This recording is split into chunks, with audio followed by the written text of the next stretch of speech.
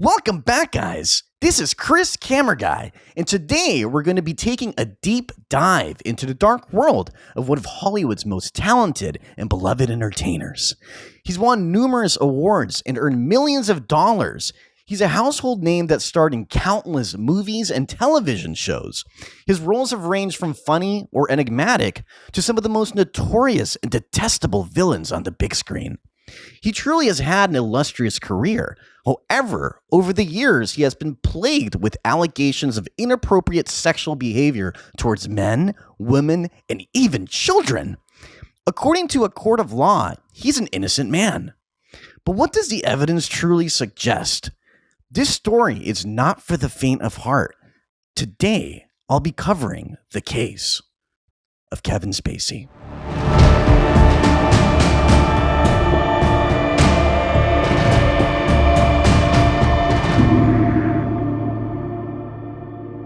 If there's a topic or case you'd like me to cover next, leave your suggestions in the comments below. Kevin Spacey Fowler was born on July 26, 1959 in South Orange, New Jersey, to mother Kathleen Ann, a secretary, and Thomas Fowler, a technical writer and data consultant. Kevin was the youngest of 3 children, including his brother Randall and sister named Julie. The family moved to California when Kevin was only 4 years old. There are conflicting accounts as to what transpired during Kevin Spacey's childhood. Spacey would describe his upbringing publicly as rather ordinary, specifically stating that his father was a very normal middle-class man. However, Spacey's brother Randall Fowler tells a very different story for their upbringing. In an interview, he describes their father, Thomas, as a Nazi supporter who had an extensive Nazi memorabilia collection.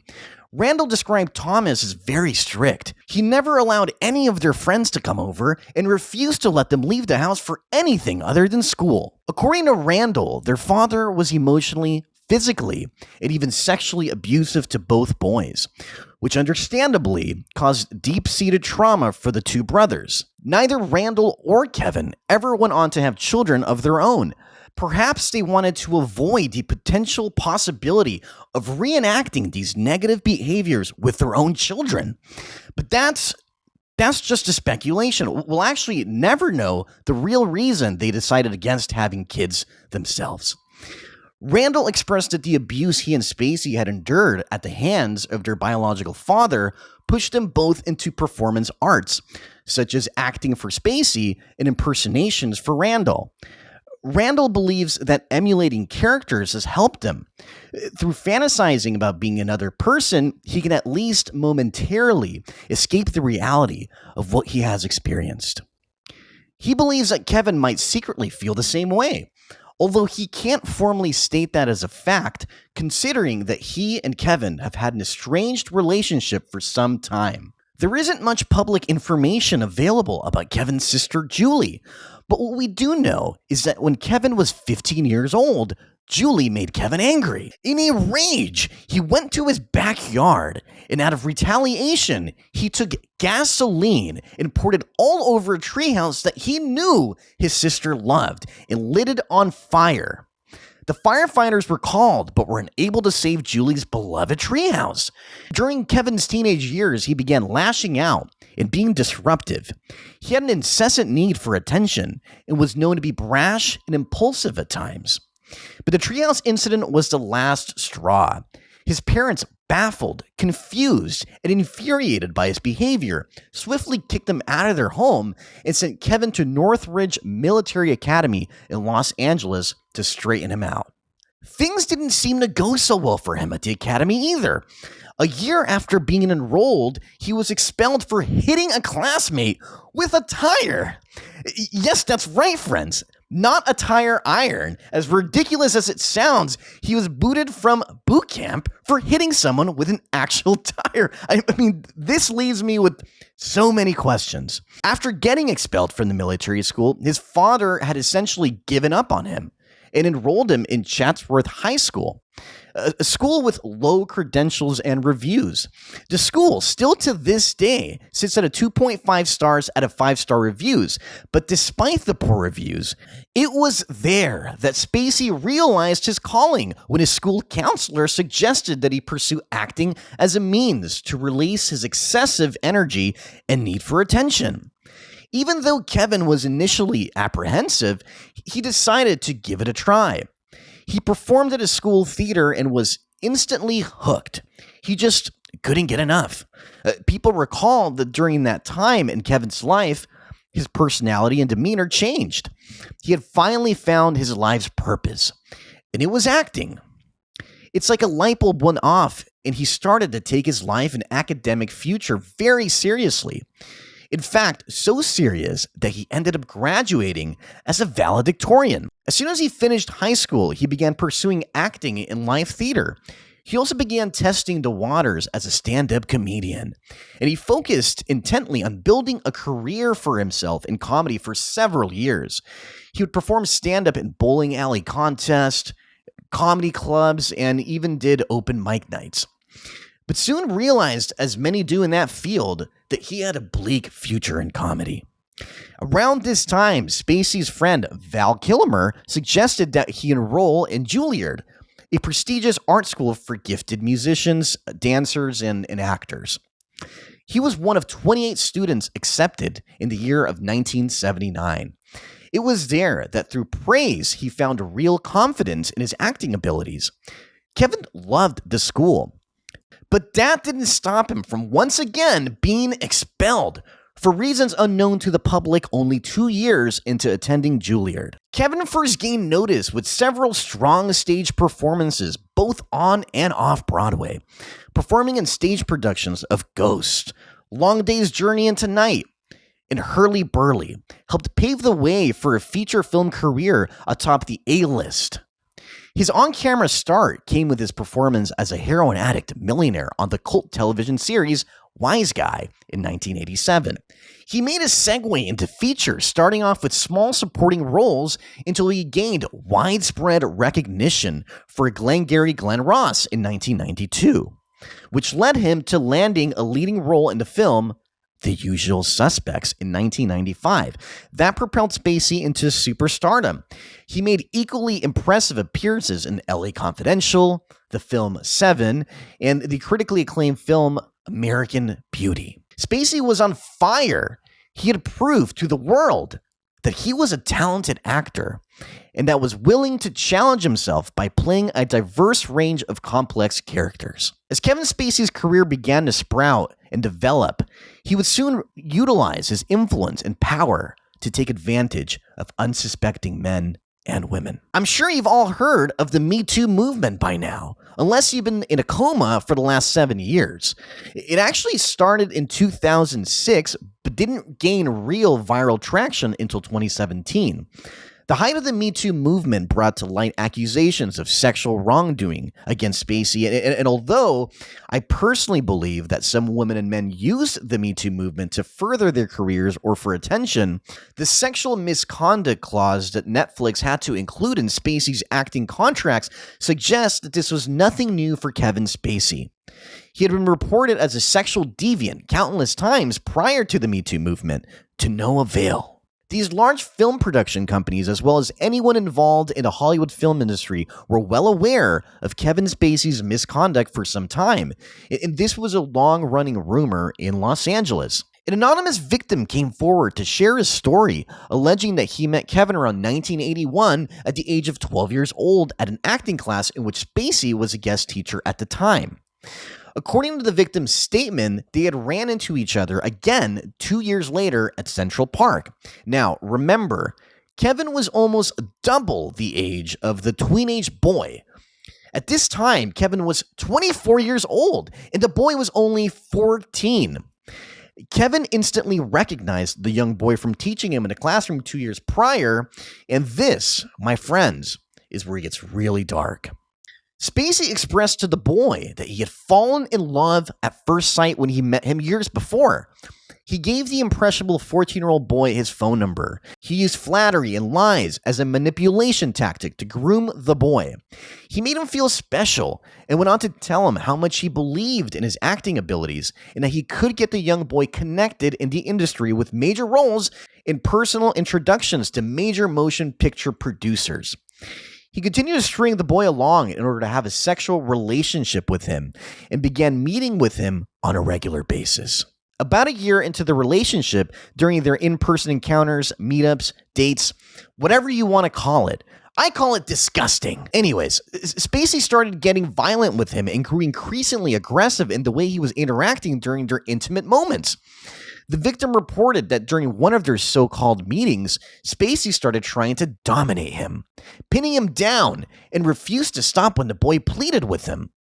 Thankfully, the boy was able to push the 24-year-old man off of him long enough to run out of the apartment. Understandably, it was a terrifying experience for the victim, and he claims that he never spoke to or associated with Kevin ever again after that day. The next year, in 1984, Kevin met a 16-year-old boy during summer theater. The two developed a friendship and maintained pen pals well after the summer theater ended. The reason why they were pen pals was because this 16-year-old boy was living in London. A year or so later, Kevin asked the now 17-year-old boy to fly out to see him in New York. The boy obliged, and Kevin Spacey invited him to dinner.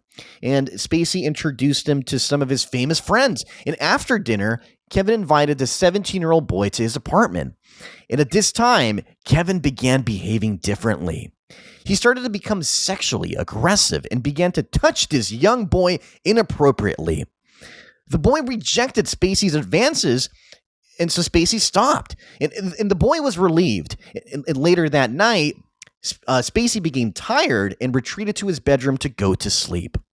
The young boy thought how weird that whole interaction was, but he realized that Spacey had stopped once he asked him to. So in a way, he respected that.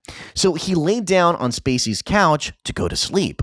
He later woke up to Kevin Spacey laying his head on this young boy's stomach and had his arms wrapped around him. And Kevin was only wearing his underwear. The boy quickly squirmed away and ran out of the apartment and never spoke to Kevin Spacey again. In 1986, Spacey appeared in a production called Sleuth in a New Jersey dinner theater. There was a production assistant named Kate Edwards who was only 17 years old, and as you might have guessed, Kevin Spacey targeted her too. I guess Kevin Spacey is an indiscriminate lover because he clearly likes men, women, and children. I really hope he's not also into animals. Anyway, he invited this 17-year-old girl to a party that he was supposedly throwing, but when she arrived at his home, there was no party. It was just her and Spacey alone in his house. She started feeling uncomfortable in the situation she found herself in, and things got even worse. He began to grope her inappropriately, then tried to kiss her. She nervously asked when the rest of the party was due to arrive, but he refused to answer. That was the moment she realized that there was never actually a party. He had lied to get her alone. She told Spacey that she felt underdressed and wanted to go home to change. Once again, Kevin felt rejected by this, and it made him very angry. He told her she could find her own ride home. After this unsettling encounter, Spacey refused to acknowledge her on set. He must have been on a roll because the same year, Kevin went on to assault yet another underage child. Anthony Rapp was just 14 years old when him and Spacey became friends while performing on Broadway. And it sounds weird to say that a grown man is friends with a 14-year-old boy, but I digress. Spacey would take Rapp around town and get him into bars and clubs. And now, during the beginning of the friendship, Spacey was on his best behavior. Needless to say, Anthony felt safe and comfortable being around his 26-year-old bud. Kevin was spending the time to build trust, as some pedophiles do, in order to keep their potential victims' guard down. And it wasn't long before Kevin eventually resorted back to his previous tactics. One day, he invited Anthony to a party at his house. When the boy arrived, there was indeed a party going on. And in fact, everyone was drunk, on drugs, and presumably having a great time. It made Anthony feel uncomfortable to be the only kid there, so he went into a random bedroom and watched TV while everyone else was getting wasted in another section of the house. Anthony eventually realized hours later that the party had died down, and there wasn't any more laughing or boisterous conversations ensuing. So he decided to leave, and that was when he encountered an inebriated Kevin Spacey. He told Spacey he was going home, but Kevin had different plans and proceeded to throw Anthony over his shoulder like a groom does a bride, and then onto a bed where he climbed on top of the 14-year-old boy's body. Anthony describes the encounter as this, and I quote, "He was trying to seduce me. I'm not sure if I can even really call it that, but it was obvious that he was trying to get with me." Luckily, Anthony was strong enough to push Kevin Spacey off of him. He ran out of the room and hid in the bathroom until he summoned up the courage to step out of the restroom and leave. Rapp bravely looked Spacey in the eye and told him that he was going home. If you can believe it, Kevin had the audacity to respond with, "Do you really have to go?" Of course, Anthony said yes, and he left. I mean, it honestly sounds like the beginning of a horror film. This guy Spacey is truly evil. But as awful as the story has been so far, there's even more. Unbelievable! In 1988, he had another encounter with a minor named Justin Dawes. Spacey met Justin at a theater he performed at. I'm starting to think he used the theater specifically as a hunting ground for young boys. Anyhow, all the staff and performers were hanging out backstage when Spacey invited Justin to, you guessed it, a party. He told him that he was doing a screening of the Roman Polanski film Chinatown. And don't even get me started on Roman Polanski. He's another well-known child molester who fled to France because of all the allegations. I may do a deep dive on that creep in the next episode. Justin agreed to go to this party because he saw it as a great opportunity, being that Kevin Spacey was a huge rising star in Hollywood. Justin brought a friend with him to the party, but once again, when they arrived at Spacey's home, they realized no one was there. Oh no! You're scaring me, Kevin Spacey! What happens next is just gross. Spacey proceeded to make these kids alcoholic beverages and then put gay pornography on his television. The boys questioned Spacey about when the rest of the party would arrive, and Kevin explained to the boys that all the guests had actually flaked last minute and it would just be the three of them hanging out. Three amigos. The boys were pretty freaked out. They jumped off his couch and said they had somewhere to be and left Spacey's home as fast as their feet could take them and never spoke to Spacey again. What a creep. During the years to come, Spacey rose to a level of prominence that no one could have imagined. In 1995, he received his breakthrough film. He starred in The Usual Suspect, which garnered him an Academy Award for Best Supporting Actor. That same year, Spacey appeared in David Fincher's film Seven, one of the most admired crime thriller films of all time. That same year, Spacey was filming the movie Outbreak, and as usual, Spacey was looking for another victim. Luckily, this individual was over the age of 18, and his name was Mark Ebenach. Mark was working as a military advisor. At the time, Kevin Spacey had multiple assistants who would assist Spacey with many things, including recruiting sexual partners. One day, one of Kevin's assistants approached Mark and, without flinching, asked Mark if he would like to have sex with Spacey. Mark declined and tried his best to avoid Kevin for the rest of the shoot. The next year, Spacey was directing the film Albino Alligator. Spacey would go on to harass another crew member who was 22 years old. I feel a tad bit relieved at this point that Spacey's victims are above the age of consent, but that doesn't take away from the fact that Spacey is a predator. This victim, who we will call John Doe, described Spacey as an amicable individual who took personal time to be personable with him and other members of the crew. This sort of behavior is rare since most actors aren't interested in the help. He even offered to watch one of John Doe's student films, which made him feel incredibly flattered. All of this kind behavior came at a price because Spacey asked John Doe to sit in his director chair and began massaging his shoulders and neck and started touching the inner part of his thigh. All of this encounter has been published by the BBC, and John Doe stated, and I quote, "I was getting the attention of the most powerful person on the movie set, and I wanted to work in Hollywood. But it was an interest that made me feel totally uneasy, uncomfortable, and confused. I didn't know what to do. I felt trapped. I felt harassed, sexually harassed." At this point, Kevin Spacey was a bona fide celebrity, and it started in the 1999 film American Beauty, and had won his second Oscar and received a star on a Hollywood Walk of Fame. Kevin had finally achieved international stardom, and at this point in his career, he wanted to give back. So he announced that he was going to become the artistic director of the Old Vic, one of London's most celebrated and prestigious theaters. Kevin utilized his connections and star power to save the Old Vic. It was going through a difficult financial period and was at the brink of closure. Spacey was able to raise over $2 million to rescue the theater and became the hero of the day. He had officially become one of the largest donors in the theater's history, and that came with a lot of perks. Eventually, in 2003, he became the artistic director of the theater and utilized his position and power to meet young and impressionable actors to groom and have sex with. And throughout 2003 through 2015, he would regularly sexually approach and harass many staff members, one being Robert Cavazzo. He stated in a post on Facebook that Kevin had touched him inappropriately numerous times, and he used the Old Vic as a hunting ground. And although there were numerous victims, Spacey had cemented himself in a position as a savior and director of the Old Vic. All of his advances were noted, but ultimately ignored. There was a journalist at the time that stated that he had interviewed Spacey in his office at the theater. Everything seemed rather normal until the end of the interview. Spacey invited a journalist to a bar where he proceeded to grope the man's genitals. I just can't. No, it's fucking nuts. It's crazy. The journalist was completely appalled. He asked Spacey to stop. He told Spacey that he was married and not interested.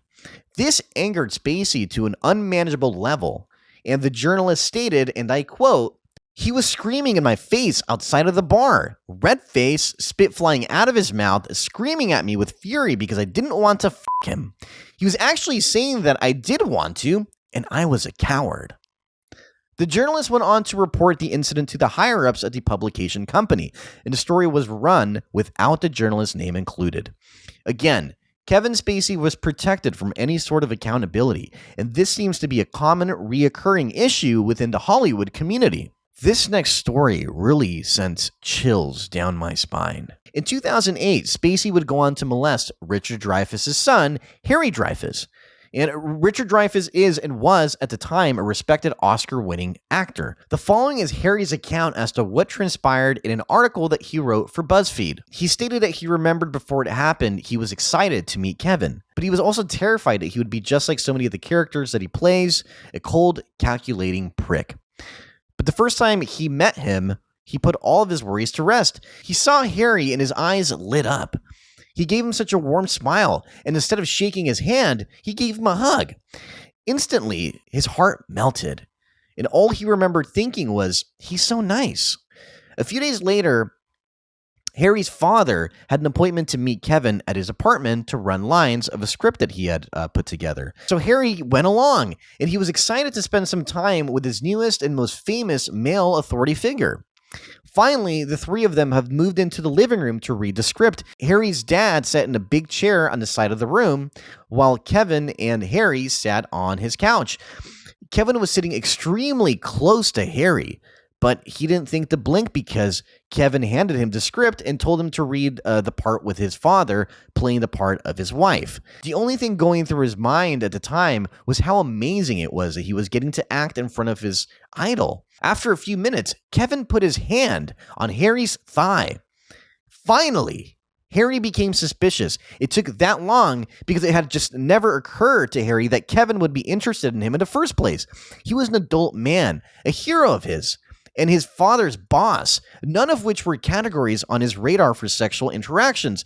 Besides, he thought surely he can't be coming on to him right in front of his father, but his hand stayed there. So after a bit, Harry came up with what he thought was a brilliant safety tactic. He stood up and walked to the other side of the couch and sat back down. Bulletproof. But without missing a beat, Kevin stood up too and followed Harry. He sat just as close and immediately put his hand back on Harry's thigh. Harry's father saw none of this and none of what would follow because he was deeply focused on reading his script. Harry was unable to process what was happening. His father and him were pretending to be lovers in a play while Kevin Spacey was trying to seduce him, and all the while in real life, he was just a hapless, straight virgin who just wanted to become a famous actor. So Harry stood up one more time and returned to his original place on the couch, giving Kevin another opportunity to take the hint. The moment Harry sat down, he firmly placed his hands on his thighs, palms down, claiming that territory for himself. Once again, Kevin followed him. He sat down and with considerable effort slid his hand between Harry's hand on his inner thigh. At this point, Harry didn't think there was anything he could do short of alerting his father of what was happening.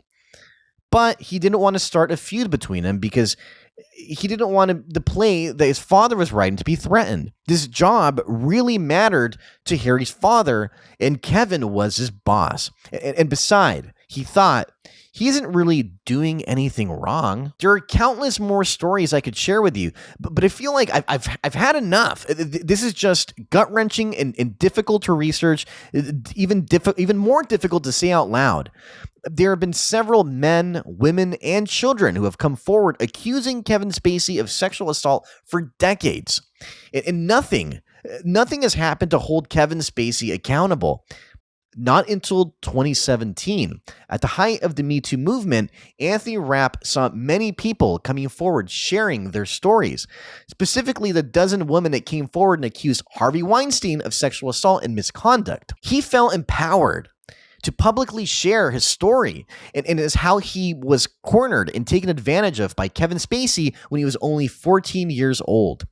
So that's exactly what he did. Days later, more people came forward with their own stories and spoke that Kevin Spacey's behaviors were common knowledge in the Hollywood industry. Kevin Spacey responded via Twitter saying that he didn't remember the events that Anthony Rapp spoke about, but he was sure if they had occurred, it had simply been because he had been too drunk. He also used the opportunity to come out as a gay man, and many gay men and women were appalled that Kevin was deflecting from the allegations brought against him. Subsequently, Kevin was dropped by his agent and most of his management, and Netflix killed off Spacey's character on the series House of Cards. There were also several films Kevin Spacey had starred in that were either shelved or had to spend millions of dollars editing Spacey out. We didn't hear from Spacey until December of 2018. Kevin released a video on his YouTube titled, "Let Me Be Frank." The video was bizarre to say the least, creepy and in a way very unsettling. Kevin spoke as his character on House of Cards, Francis Underwood. He vaguely referenced the allegations against him, and I quote, "I can promise you this. If I didn't pay the price for the things I did do, I'm certainly not going to pay the price for the things I didn't do." Even though Spacey was under fire in the media, the comments on this strange YouTube video were oddly enough mostly supportive, as if people care more to be entertained instead of holding a real-life villain accountable. That same month in December, Kevin received his first official lawsuit from one of the alleged victims, but was later dropped due to the loss of evidence, and so many years had passed by and they couldn't legally debate the validity of the case in court. In 2019, Spacey was being investigated again. Another victim had formally submitted a criminal case against him, but the case was later dropped since the victim mysteriously and suddenly died. That's right, died. This almost sounds fictional, but it's absolutely true. There was also another victim that came forward named Linda Culkin, and she was hit by a car in March and died in a hospital shortly after. No driver was ever charged for the incident. But wait, there's more. Ari Ben, a Norwegian author and ex-husband of Princess Martha Louise, accused actor Kevin Spacey of groping him at the Nobel Peace Prize concert in Oslo in 2007. On Christmas Day of 2019, Ari died of an apparent suicide. And this was only days after Spacey released this creepy video on YouTube called Let Me Be Frank. Is this all a coincidence, or did Kevin Spacey do the unthinkable and murder his accusers? I think it's quite evident that Spacey is capable of some horrific actions, but did he go as far as murder? Spacey did post a second video that he independently released on his YouTube channel titled Kill Them with Kindness, which is incredibly inappropriate considering that his accusers were dying off one by one.